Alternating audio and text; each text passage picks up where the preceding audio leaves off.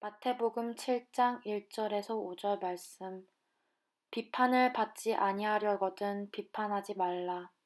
너희가 비판하는 그 비판으로 너희가 비판을 받을 것이요 너희가 헤아리는 그 헤아림으로 너희가 헤아림을 받을 것이니라.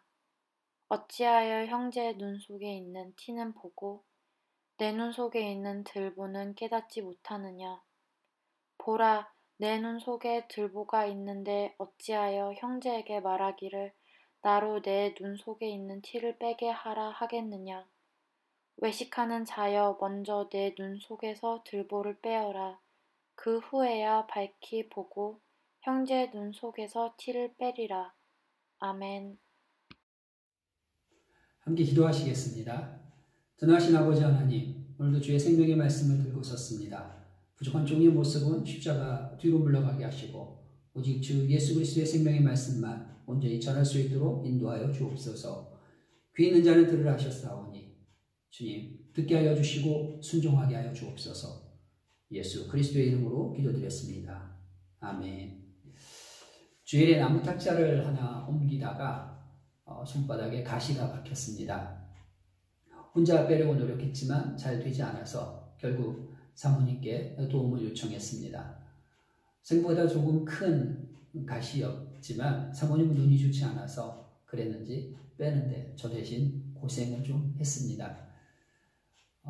바늘하고 쪽집게를 사용해서 가시는 잘 빠졌고 또 약도 바르고 나름 치료도 했습니다. 그런데 그 가시에 박혔던 곳이 얼얼하더라고요.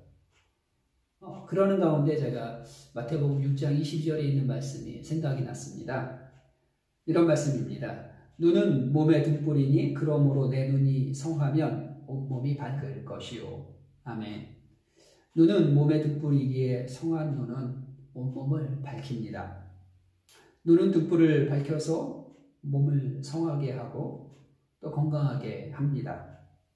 그런데 눈이 병들면 자기 몸을 밝히지 못하고 또 병들게 한다는 말씀입니다. 작은 가시도 찾아낼 수 없고 빼낼 수도 없고 손바닥에 박힌 작은 가시는 또 세균에 감염시켜서 더 많이 몸을 상하게 할 수 있다는 말씀입니다. 그렇기 때문에 눈이 밝아야 몸을 건강하게 지킬 수 있다는 이 말씀이 저에게는 더 깊이 와 닿았습니다. 물론 예수님의 이 말씀은 영적인 의미를 더 깊이 가지고 있는 말씀입니다. 그렇지만 저는 이 말씀을 가시를 통해서 이렇게 경험을 했습니다. 눈이 가지고 있는 장점은 몸을 살필 수 있습니다. 그런데 눈에는 치명적인 약점이 한 가지 있습니다. 눈은 작은 가시도 찾아낼 수 있고 또 몸이 성한지 몸이 아픈지도 이렇게 볼 수가 있습니다. 그렇지만 정작 눈은 자기 눈을 볼 수가 없습니다. 다른 사람의 눈에 있는 티끌도 발견할 수 있지만 정작 자기 눈에 들어있는 것을 볼 수 없다는 것입니다. 이것은 육신의 눈뿐만이 아닙니다. 영적인 눈도 마찬가지입니다. 예수님께서는 산상수훈을 마치면서 마태복음 7장에 하나님의 백성이 경계해야 될 삶의 지침들에 대해서 말씀을 해주셨습니다. 특별히 오늘 본문은 하나님의 백성에게 타인과의 관계에 대한 경계의 말씀입니다. 1절입니다. 비판을 받지 아니하려거든 비판하지 말라. 내가 비판을 받지 않기 위해서 남을 비판하지 말라고, 비판하면 안 된다고 그런 말씀으로 생각할 수 있습니다. 소극적으로 생각한다면 이 말씀은 맞는 말씀입니다. 그렇지만 예수님의 가르침이 이렇게 단순한 것에 있지 않을 것입니다. 그렇다고 타인의 잘못을 모르는 척하고 무관심하라는 그런 말씀은 또 더 아닙니다. 3절은 이렇게 말합니다. 형제의 눈 속에 든 티는 보고, 형제의 눈 속에 있는 티는 보고, 형제의 눈 속에 있는 티를 발견할 수 있는 사람, 그 사람은 어쩌면 그것이 탤런트일 수도 있습니다. 다른 사람의 연약한 부분을 볼 수 있는 눈이 있는 겁니다. 또한 그 티를 빼도록 허락하라는 말을 이렇게 할 수 있는 것. 오늘 본문에 나와 있는 것처럼 나로 하여금 너의 눈에 든 그 티를 빼낼 수 있도록 허락해달라. 이렇게 말할 수 있는 것. 그것도 어떻게 보면 용기입니다. 타인의 문제점을 객관적인 입장에서 분별하는 것. 이것은 건전한 비판입니다. 그러나 건전한 비판과 그것을 정죄하고 심판하여 비난하고 비판보다는 다른 사람에 대한 판단과 심판을 하게 되는 것, 그리고 그것을 다른 사람에게 전달하는 것, 이것은 전혀 다른 것입니다. 한글 성경에 비판이라는 단어로 기록되어 있습니다. 그런데 이것은 사실 비판이라기보다는 심판이라는 단어가 더 가깝습니다. 타인의 문제점을 객관적인 입장에서 분별하는 건전한 비판이 아니라 다른 사람에 대한 판단, 심판, 그것을 경계하라는 말씀입니다. 예수님은 타인에 대한 심판을 경계하라는 말씀을 우리가 이해할 수 있는 재미있는 비유로 오늘 설명하고 있습니다. 티끌과 들보입니다. 영어 성경 NIV에 보면은 이 티끌을 sawdust라고 톱밥 먼지라고 써놨습니다. 번역했습니다. 그리고 들보는 플랑크라는 단어를 쓰는데 널판지라는 뜻입니다. 타인의 눈에 든 톱밥 먼지는 볼 수 있는데 그렇게 발견할 수 있는 좋은 눈을 가지고 있는데 또 그것을 빼내게 해달라고 말할 수 있는 용기도 만약에 그것이 용기라면 그런 용기가 있다는 것입니다. 그런데 정작 자신의 눈 안에 있는 널판지를 볼 수 없다는 겁니다. 널판지로 가려진 눈이 티끌, 그 톱밥 먼지를 찾을 수 있는 것도 사실은 말이 안 되는 이야기죠. 더군다나 그 널판지로 가려진 눈을 가지고 그 톱밥 먼지 같은 그 작은 티끌을 찾아서 또 빼내어 주겠다고 하는 것도 사실 말이 안 되는 말입니다. 그래서 주님께서는 너희가 비판하는 그 비판으로 너희가 비판을 받을 것이다 라고 말씀을 하십니다. 그리고 계속해서 너희가 헤아리는 그 헤아림으로 너희가 헤아림을 받을 것이니라 라고 말씀하십니다. 무슨 말씀입니까? 남을 비판하는, 남을 판단하는 그 심판으로 너희가 심판을 받게 될 것이고 너희가 다른 사람을 헤아리는 그것으로 너희가 헤아림을 받게 된다. 이런 말씀입니다. 헤아림은 헬라어로 메트론이라는 단어를 씁니다. 이 메트로논이라는 이 단어는 메트로놈이라는 단어를 혹시 들어보신 적 있나요? 메트로놈, 악기를 다루시는 분들은 잘 아는 그 도구입니다.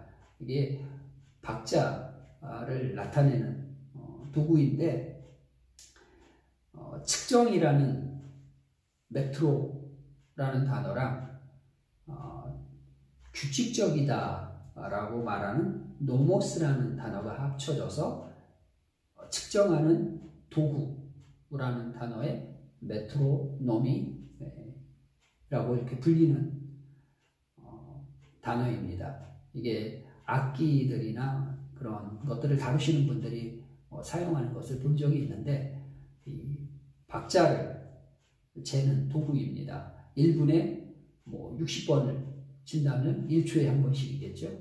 또 1분에 120번을 친다고 하면 딱딱딱딱 이렇게 해서 1초에 2번씩 이렇게 박자를 맞추는 그런 도구입니다. 한국에 유행하는 말 중에 이런 말이 있었습니다. 내로남불. 이 말 무슨 뜻이냐면 내가 하면 로맨스, 남이 하면 불륜. 재밌는 말이죠. 네, 한국에서 유행하는 단어 중 하나입니다.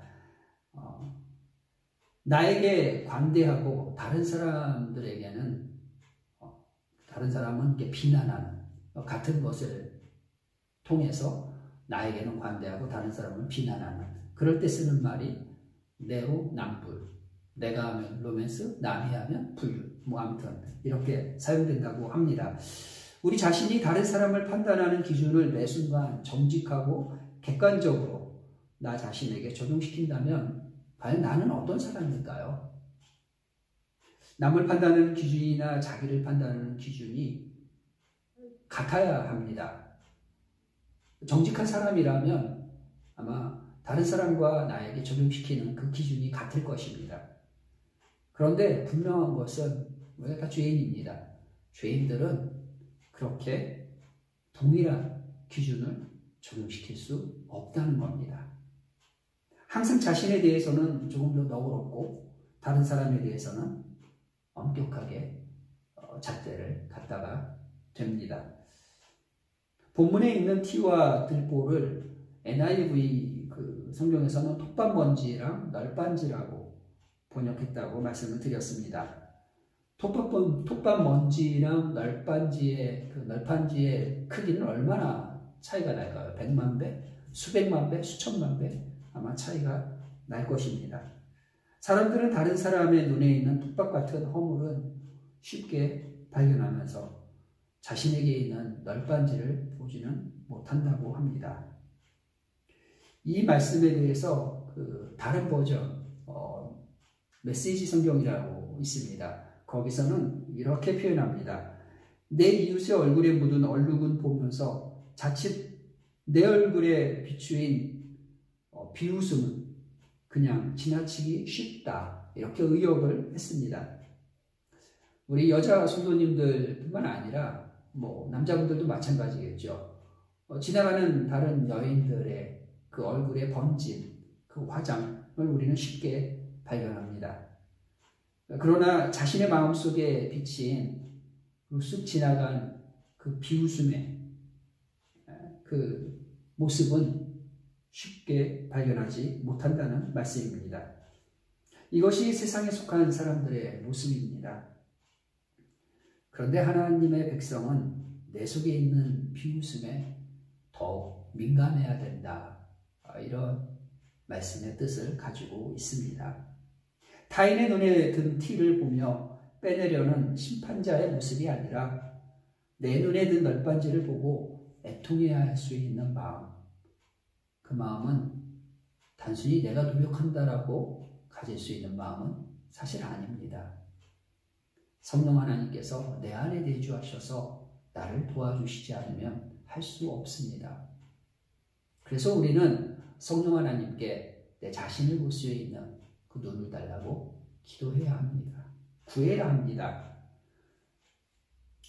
그리고 그분께서 내 눈을 열어보게 하실 때 우리는 바로 회개하고 주님께 무릎 꿇고 그럴 수 있는 자세가 되어야 합니다.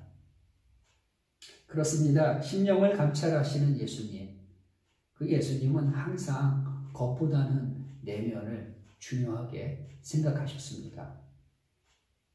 저와 여러분이 알고 있듯이 예수님은 드러난 죄보다는 감추어진 내면의 죄에 더 깊이 관심을 가지셨습니다. 그리고 더 깊이 그 죄를 다루셨습니다.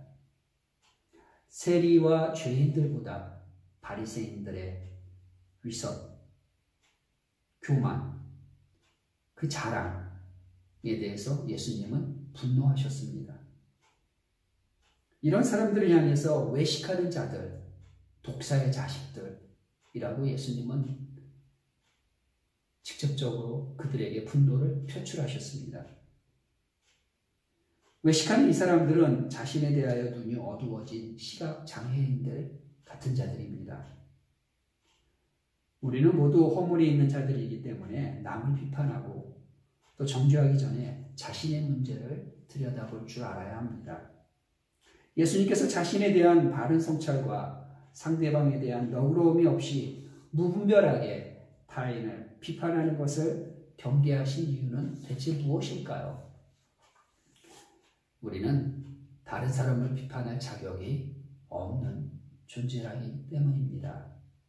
모두 다 죄인이기 때문입니다. 의인 없나니 하나도 없다. 깨닫는 자도 없고 하나님을 찾는 자도 없고 다 치우쳐 한 가지로 무익하게 되고 또 선을 행하는 자가 없나니 하나도 없다. 로마서 3장 10절에서 12절은 그렇게 말씀하고 있습니다. 분별을 통한 건전한 비판은 죄인들이 사는 세상에 있는 일들입니다. 원래 그렇습니다. 그러나 판단하고 정죄하는 일은 다른 사람과 공모하여 한 사람을 죽이는 비난, 그런 일이 될 수도 있습니다. 그리고 더 나아가 하나님의 심판의 그 영역을 침범하는 월권, 그 죄를 범할 수도 있습니다. 그래서 경계하라고 오늘 주님은 말씀하고 있는 것입니다. 하나님의 사람은 하나님 나라에 속하였지만 또한 세상에 속하여 살아가고 있습니다. 오늘 본문은 세상 가운데서 살고 있는 세상과 구별된 삶을 살아내는 하나님의 사람들이 어떻게 이 땅에서 그러한 삶을 살아낼 수 있는지에 대한 산상수훈 가르침입니다. 죄인들이 사는 세상이기 때문에, 또 불의한 세상이기 때문에, 또 이런 데서 이렇게 살다 보면 비판할 수 있습니다. 또 비판하는 때가 있습니다. 그러나 비판하는 내 눈에 들보를 가졌기 때문에, 널빤지가 있기 때문에 우리는 심판하는 자의 자리에 서서는 안 된다는 겁니다. 심판은 오직 심판주이신 예수 그리스도의 몫입니다. 그분의 권한입니다. 또한 정당한 비판이라 할지라도 상대를 죽이려는 비판은 이미 비판이 아니라 비난이고 정죄이고 심판입니다. 진정한 비판은 사람을 살리는 비판이 되어야 합니다. 그것은 사랑을 가지고 다가가서 그 사람을 세우는, 그 사람을 일으키는 그러한 비판이어야 한다는 것입니다. 저와 여러분의 삶의 기준이 하나님의 말씀이라면 다른 사람과의 관계에서 우리가 경계해야 될 그 기준도 하나님의 말씀이어야 합니다. 오늘 예수 그리스도께서 산상수훈을 마치면서 이 7장 마지막 부분에 해당하는 부분에서 다른 사람들하고 어떻게 살아갈 것인가, 이 말씀을 하시면서 주신 말씀이 바로 이 땅에서 살아가는 우리가 가져야 될 기준이 됩니다. 진리의 원칙, 하나님의 말씀만이 저와 여러분을 세상에서도 지혜로운 사람으로 만듭니다. 하나님의 말씀을 원칙으로 삼아 살아갈 때 하나님의 나라를 살아낼 수 있고 하나님의 나라를 건설할 수 있습니다. 하나님의 말씀이 다른 사람과의 관계에서도 기준과 원칙이 되는 저와 여러분을 통해서 이 땅에서 하나님의 나라를 살아내고 하나님의 나라를 건설하고 확장하는 우리 교회가 되기를 예수 그리스도의 이름으로 축복합니다. 함께 기도하시겠습니다. 전하신 아버지 하나님 감사합니다.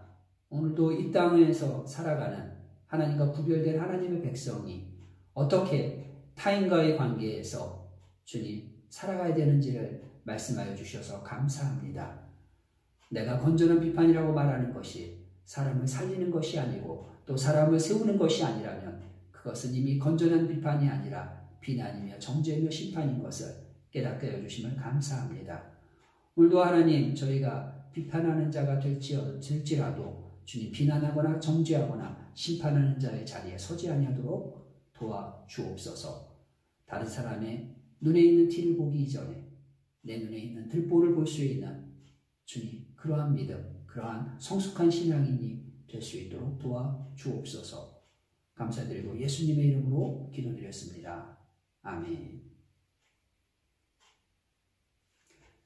네, 이 시간 다 같이 중보기도 또 올려드리겠습니다.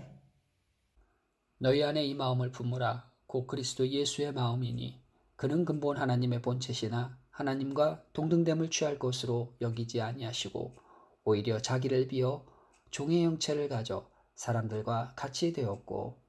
아멘. 주님의 마음을 본받기 원합니다. 주님의 온유와 겸손을 배우고 가르치며 모든 삶의 영역에서 죽기까지 순종하시고 사랑으로 섬기신 주님의 삶을 살아내게 하옵소서. 영혼과 육체가 지치고 아픈 성도들을 성령으로 새롭게 하시고 치유하여 주옵소서. 영상예배에 모든 성도님들이 함께할 수 있도록 시간과 건강과 믿음의 열정을 더하여 주옵소서. 영상 예배를 준비하는 찬양팀과 영상팀에게 건강을 주시고 잘 감당하도록 지혜와 능력으로 함께하옵소서. 대한민국과 독일과 세계 열방의 정치와 경제가 코로나로 인하여 흔들리지 않도록 안정과 평화를 주옵소서. 21대 총선을 통해 하나님을 경외하고 나라와 민족과 백성을 사랑과 지혜로 섬길 수 있는 위정자를 세워 주옵소서. 사람이 할 수 없는 영역을 보며 창조주의 능력을 의지하는 믿음을 주옵소서. 예수님의 이름으로 기도드렸습니다. 아멘. 주기도문으로 예배를 마치겠습니다. 하늘에 계신 우리 아버지, 아버지의 이름을 거룩하게 하시며 아버지의 나라가 오게 하시며 아버지의 뜻이 하늘에서와 같이 땅에서도 이루어지게 하소서. 오늘 우리에게 일용할 양식을 주시고 우리가 우리에게 잘못한 사람을 용서하여 준 것 같이 우리 죄를 용서하여 주시고 우리를 시험에 빠지지 않게 하시고 악에서 구하옵소서. 나라와 권능과 영광이 영원히 아버지의 것입니다. 아멘.